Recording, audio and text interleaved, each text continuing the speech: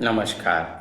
श्रीमद् भागवत गीता अष्टम अध्याय अक्षर ब्रह्मयोग श्लोक 13। ओम इति एकाक्षरम ब्रह्म बाहरन माम अनुस्मरम जह प्रयाति तेजन देहम स याति परमाम गतिम।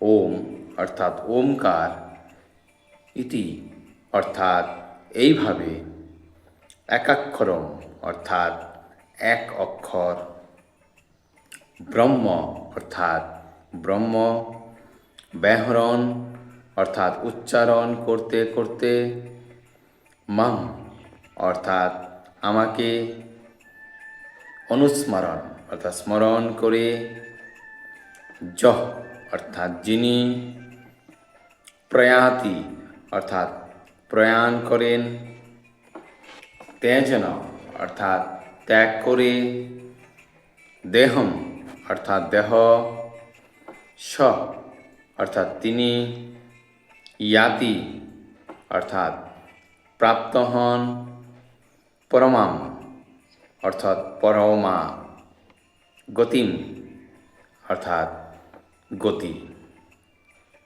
অনুবাদ: যোগাভ্যাসে প্রবৃত হয়ে পবিত্র ওমকার উচ্চারণ করতে করতে কেউ যদি পরমেশ্বর ভগবানকে স্মরণপূর্বক দেহত্যাগ করেন, তিনি অবশ্যই পরমাগতি লাভ করবেন। তাৎপর্য: এখানে স্পষ্টভাবে বলা হয়েছে যে ওমকার ব্রহ্ম ও ভগবান শ্রীকৃষ্ণ অভিন্ন। ওম হচ্ছে ভগবান শ্রীকৃষ্ণের নির্বিশেষ শব্দ ব্রহ্ম, কিন্তু হরে কৃষ্ণ নামেও ওম নিহিত আছে। এই যুগের জন্য হরে কৃষ্ণ মহামন্ত্র কীর্তন স্পষ্টভাবে অনুমোদিত হয়েছে।